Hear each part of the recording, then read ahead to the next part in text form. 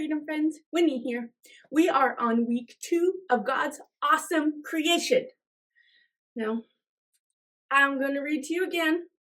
Don't get too excited.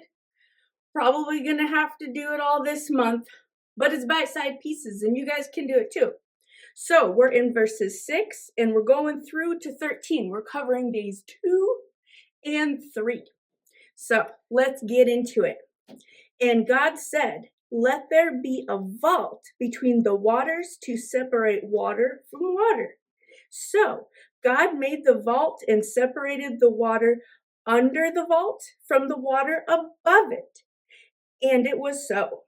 God called the vault sky, and then there was evening, and there was morning, the second day. That all happened on day 2. All right, verse 9. And God said, "Let the water under the sky be gathered to one place, and let dry ground appear." And it was so.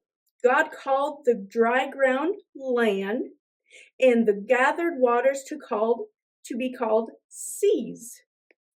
And God saw that it was good. Then God said, "Let the land produce vegetation and seed-bearing seed-bearing plants and trees." I promise I can read. All right.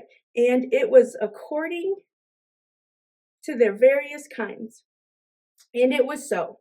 The land produced vegetation, plants bearing seeds according to their kind, and trees bearing fruit according to their kinds. And God saw that it was good. And there was the evening, and there was the morning, the third day.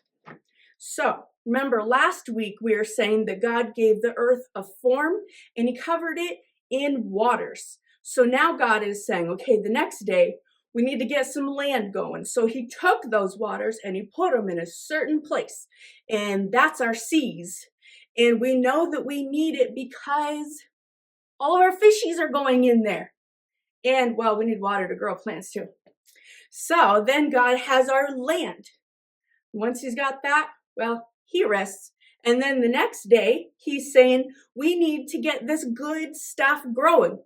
I don't know about you guys, but I love plants and I love food. So we need to have our food. And God is so smart because he says in here, it's seed-bearing plants and trees. So if we don't have seeds, if all of our different plants did not have seeds, we'd eat them and they'd be gone. We wouldn't have them again. So God was planning ahead. God always has a plan. And I don't know about you guys, but I am so glad that God did not put Adam and Eve before all the food. Because I can only imagine being created, it probably makes you hungry. And they wanted something to be able to eat. And something else I was thinking about, when God talks about seed-bearing fruit and plants, Jesus talked about seeds, like having the faith the size of a mustard seed, the tiniest plant, or the tiniest seed, and made the biggest garden tree. So I hope you guys think about that this week. God, he plans things out, and he makes perfect plans. We want to be just like God. Make a plan. And read this week. Read it, 5 through 13. I will see you guys next week when he's signing out. Bye-bye.